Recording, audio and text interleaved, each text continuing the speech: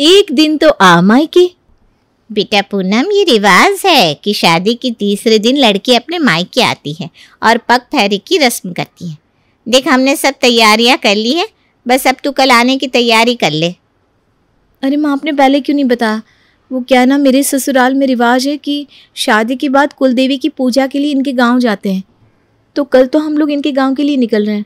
वहाँ से लौटकर कोशिश करती हूँ कि मैं घर आ पाऊँ। अरे बेटा, लेकिन ऐसे कैसे?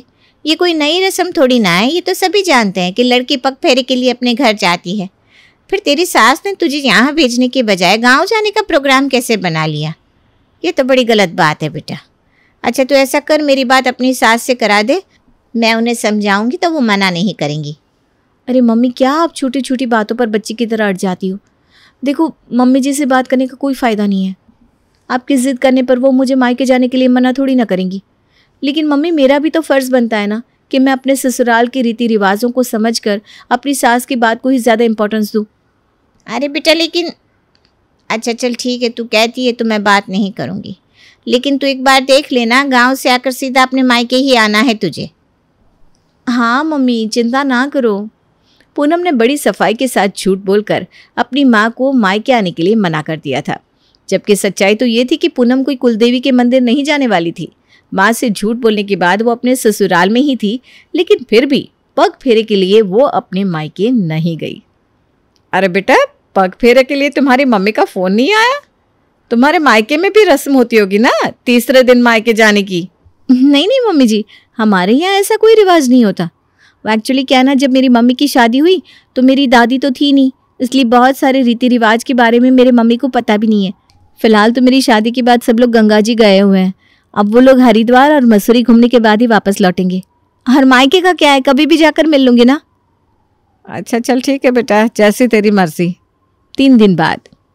अरे बेटा, तूने वादा किया था कि गांव से लौटकर तू मायके ज़रूर आएगी, लेकिन तूने तो कोई फ़ोन भी नहीं किया। अरे मम्मी, ऐसी कोई बात नहीं है। अपने माँ बाप को कोई भूल सकता है क्या? अभी नई नई शादी है, मैं यहाँ पर एडजस्ट करने की कोशिश कर रही हूँ। और वैसे भी जब से शादी हुई है ना कुछ रीति रिवाज चलते ही रहते हैं यहाँ पर।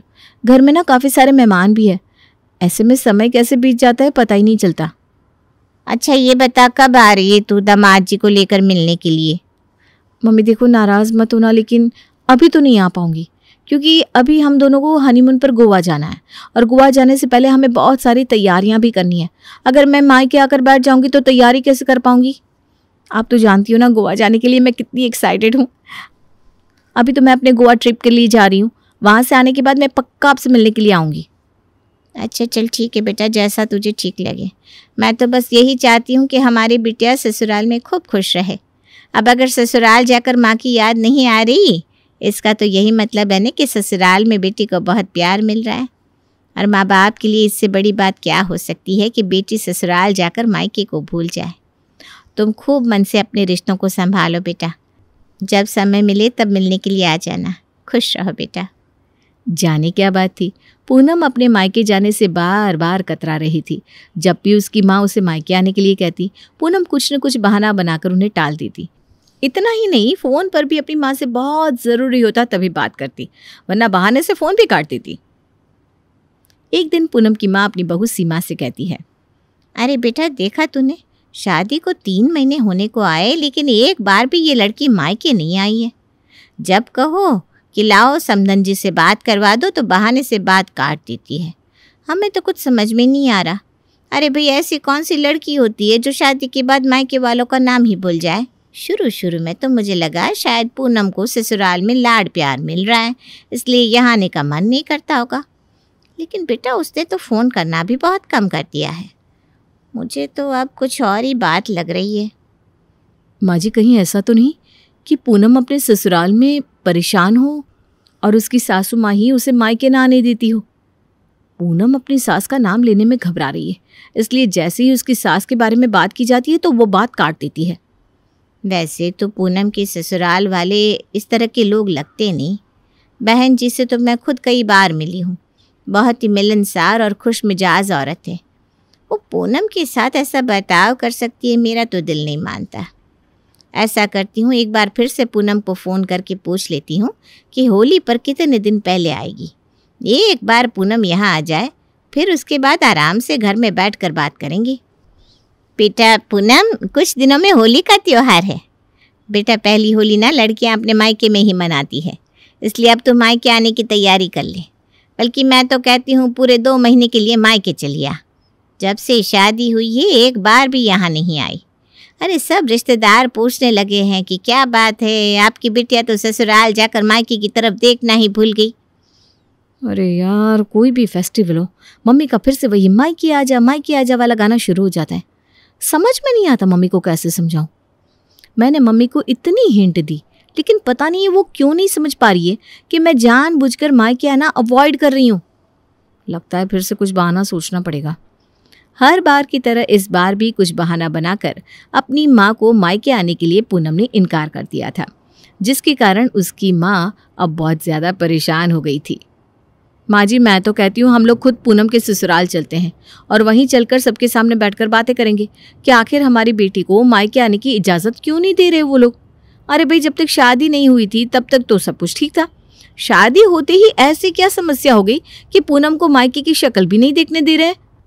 और माँ जी, अब चुप रहने से कुछ नहीं होगा। पानी अब सर के ऊपर निकल गया है। अगर अभी आप लोगों ने विरोध नहीं किया ना, तो कहीं ऐसा ना हो कि जीवन भर पूनम को उनकी उंगलियों पर नाचना पड़े। और ये तो कोई बात नहीं हुई ना कि शादी हो गई तो लड़की को उसके माँ बाप से मिलने ही ना दो। अगर कोई गिला शिकवा है तो हमसे कहना चाहिए ना, ऐसे लड़की को कैद करके थोड़ी ना रख लेंगे। तेरी बात तो बिल्कुल सही है बेटा। ठीक है, फ़ोन पर बात करने का समय चला गया है।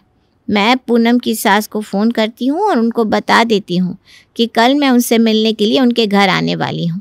अब तो वहीं जाकर सारी बातें करूँगी मैं। सुनीता और सीमा बातें कर रही थी कि इतनी देर में उनके दरवाजे की घंटी बजती है। आप रुकिए माँ जी, मैं देखती हूँ दरवाजे पर कौन है। सुनीता की बहू जाकर दरवाज़ा खोलती है तो देखती है दरवाजे पर पूनम की सास उर्मिला खड़ी हुई है। माँ जी, पूनम की सास आई है। मुझे तो समझ में नहीं आ रहा, आप चलिए ना।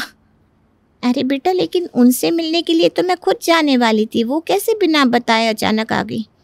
कहीं हमारा डर सच तो नहीं होने वाला? पूनम के ससुराल में सब सही तो है ना?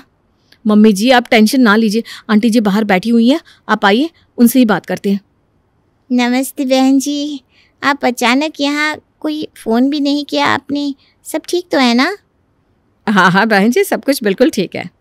आपको ऐसा क्यों लगा कि कोई समस्या हो सकती है? अरे मैं तो यहीं पास में अपनी सहेली के यहाँ आई हुई थी।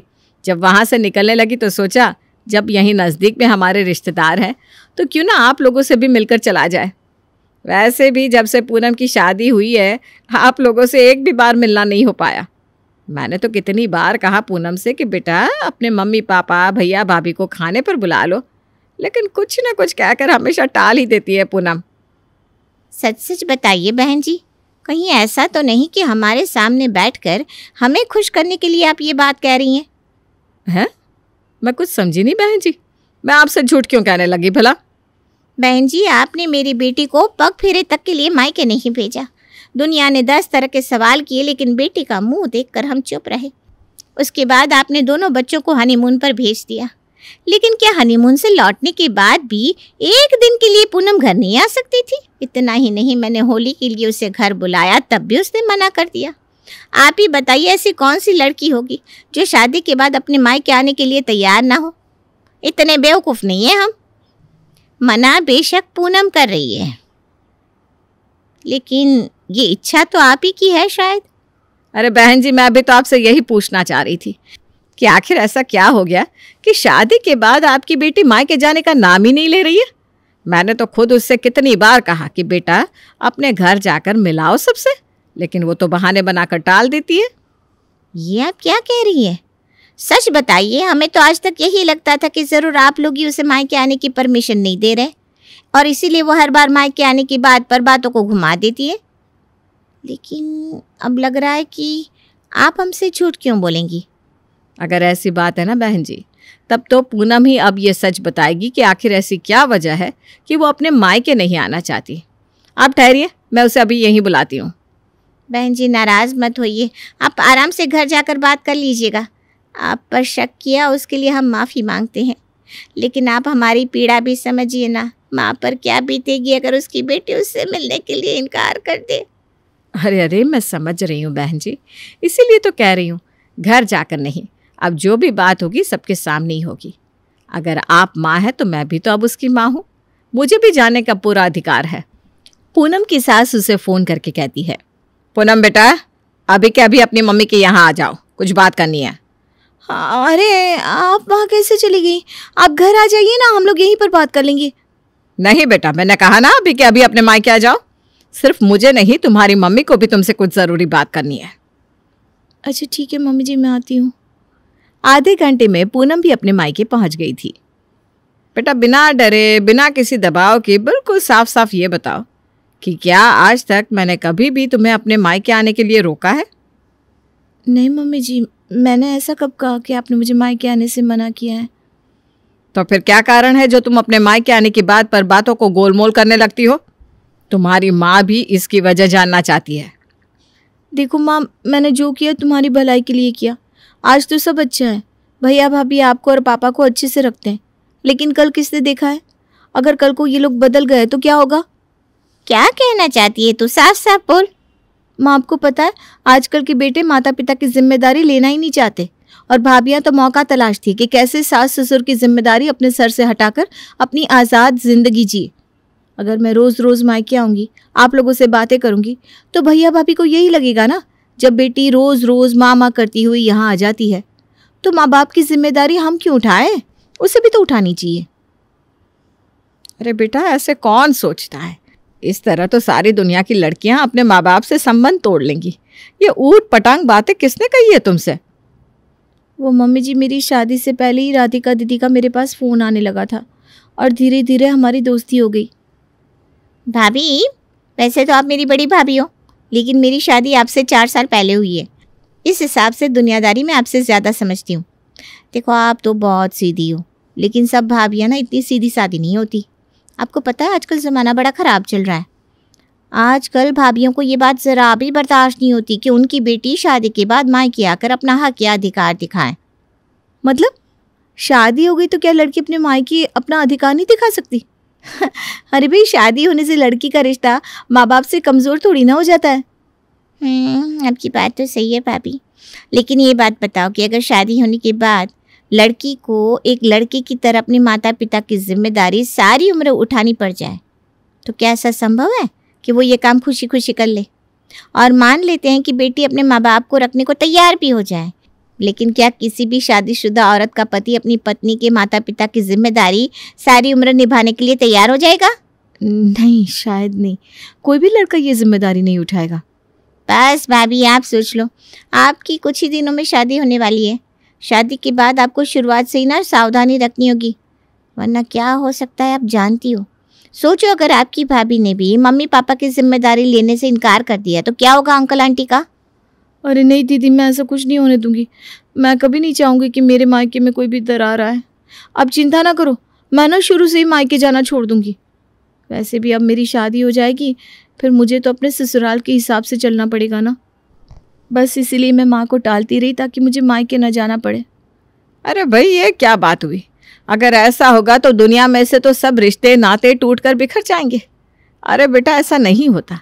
दुनिया में अच्छे और बुरे हर तरह के इंसान रहते हैं, तो क्या बुरा मिल जाएगा इस डर से हम घर से बाहर जाना ही छोड़ दें? देखो, सड़क पर रोज़ निकलते हैं लोग, लेकिन किसी एक दिन एक्सीडेंट हो जाता है तो क्या ड्राइवर गाड़ी चलाना छोड़ देता है? नहीं ना। दुनिया में हर तरह के लोग मिलते हैं, इसलिए डर कर जीना छोड़ दो। और हाँ, राधिका से भी मैं बात करती हूँ कि उससे क्या सोचकर तुझे ये सारी बातें पढ़ाई है। घर पहुँचकर, राधिका बेटा, ये क्या किया तूने? क्यों उस पूनम के मन में ऐसी बातें भरी? क्या मिल गया उसे उसके मायके से दूर करके? जब से भैया की शादी की बात चली थी, आप तो जैसे भूल ही गई थी कि आपकी एक बेटी भी है। हर समय बस पूनम की माला जप रही थी आप। मेरे हिस्से का सारा प्यार अब पूनम को मिल रहा था। उसने मुझसे मेरा मायका छीना था, उसे सजा तो मिलनी ही थी, इसलिए मैंने उससे उसका मायका दूर कर दिया। हिसाब बराबर। बेटी की बात सुनकर उर्मिला को बहुत दुख पहुंचता है। बेटा, दुनिया में हर रिश्ते की अपनी एक अहमियत होती है। किसी एक के आने से दूसरे की कीमत कम नहीं होती। बेटी अपनी जगह होती है और बहू अपनी जगह। ना बेटी की जगह बहू ले सकती है, ना बहू की बेटी। इसलिए अभी अपने दिमाग में जमा कीचड़ निकालो और जाकर भाभी से माफ़ी मांगो। राधिका जाकर अपनी भाभी पूनम से माफ़ी मांगती है और फिर से दोनों परिवारों की खुशियाँ लौट आती है।